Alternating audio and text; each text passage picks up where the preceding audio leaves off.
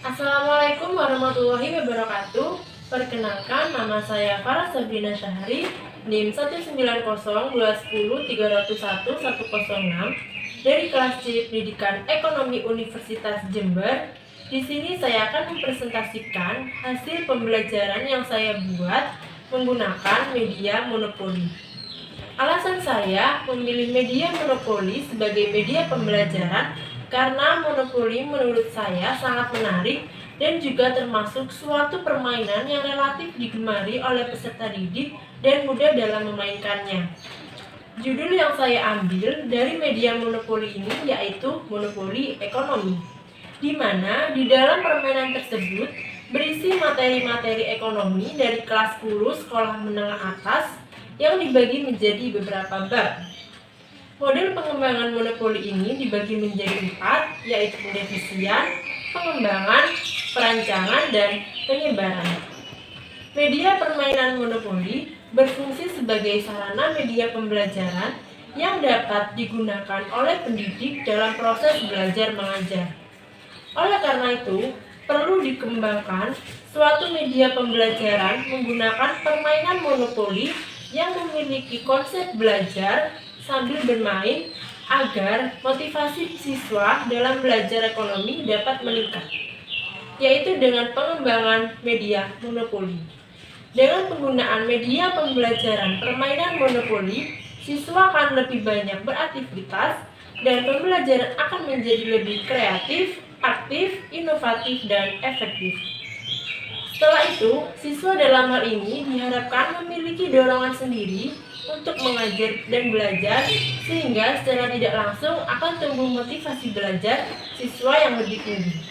Bukan hanya itu, hal ini ditunjukkan agar siswa lebih memahami dan menguasai materi ekonomi lebih dalam.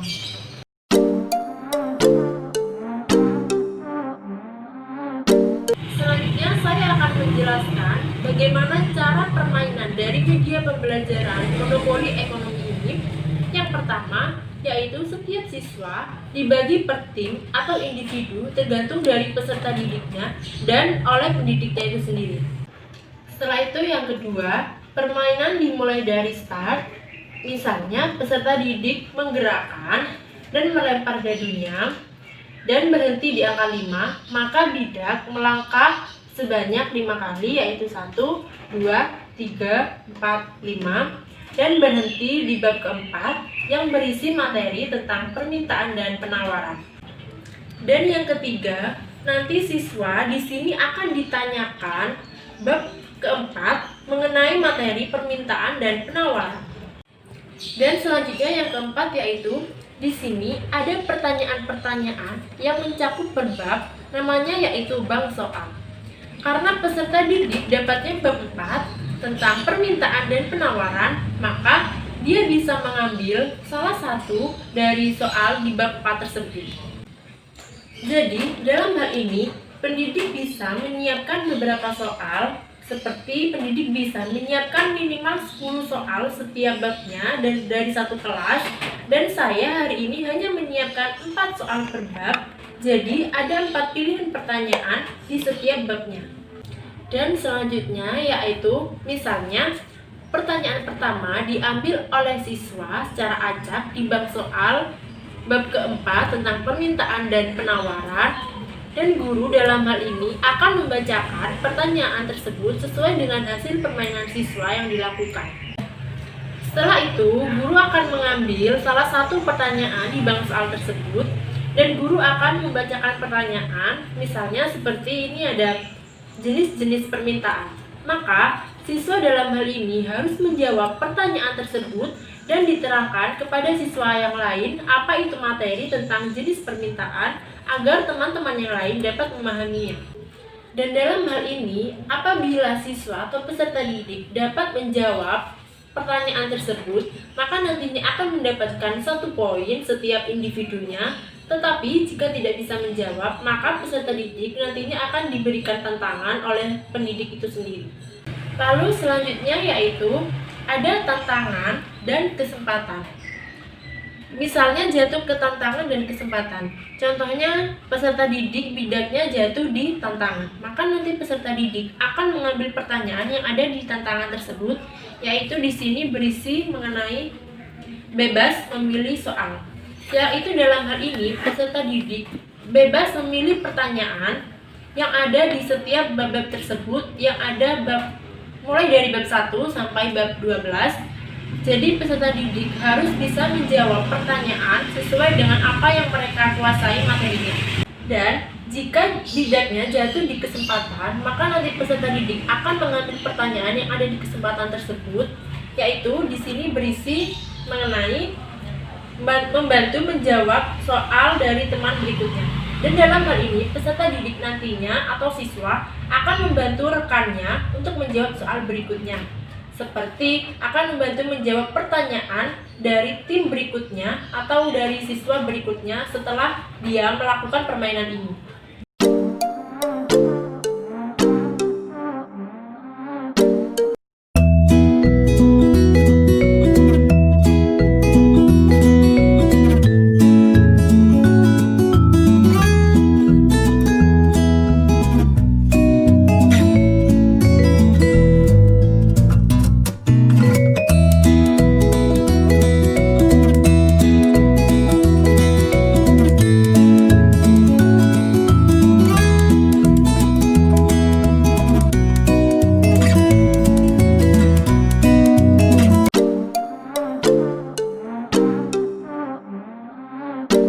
Baik, di sini saya akan mempraktekkan bagaimana cara permainan dari monopoli ekonomi ini.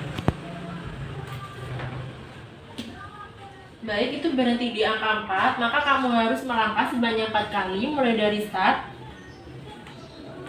1, 2, 3, 4, dan berhenti di bab ketiga, yaitu ada faktor produksi.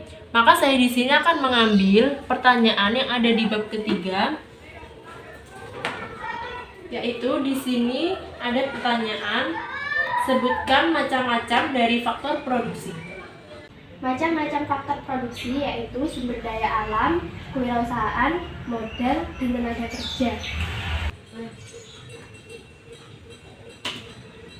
Baik, di sini berhenti di angka 6, maka kamu harus melangkah sebanyak 6 kali. 1, 2, 3, 4, 5, 6. Dan situ berhenti di bab ke-8, yaitu tentang pasar monopolistik. Saya akan mengambil pertanyaan di bab soal, yaitu pertanyaannya berisi contoh-contoh dari pasar monopolistik. Contohnya yang kita temui dalam kehidupan sehari-hari seperti sabun, sampo, TV, dan lain-lain.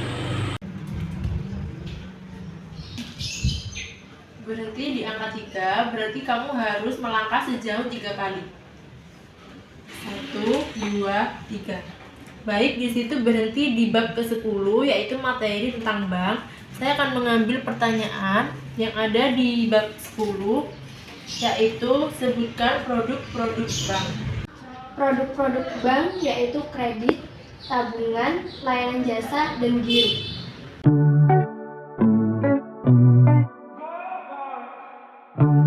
Baik, saya akan menambahkan materi yang sudah kamu jawab tentang faktor produksi, yaitu pengertian faktor produksi sendiri adalah segala sesuatu, barang, atau jasa yang dihasilkan atau digunakan untuk menciptakan dan menambah nilai guna dari barang atau jasa tersebut.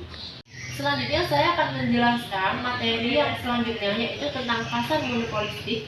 Selain yang sudah kami sebutkan tadi, pasar monopolistik memiliki ciri-ciri. Yang pertama yaitu jumlah produsennya sangat banyak. Yang kedua, adanya diferensiasi produk. Dan yang terakhir, produsen bebas untuk keluar masuk ke dalam pasar. Baik, yang selanjutnya saya akan menjelaskan mengenai bab bank, yaitu fungsi dari bank. Fungsi dari bank ada 3. Yang pertama, badan yang menghimpun dana masyarakat. Yang kedua, badan yang menyalurkan kredit kepada masyarakat. Dan yang terakhir, lembaga penyedia jasa pembayaran serta peredaran uang. Baik, sekian presentasi yang dapat saya sampaikan. Kurang lebihnya saya mohon maaf. Semoga bermanfaat buat teman-teman. Wassalamualaikum warahmatullahi wabarakatuh.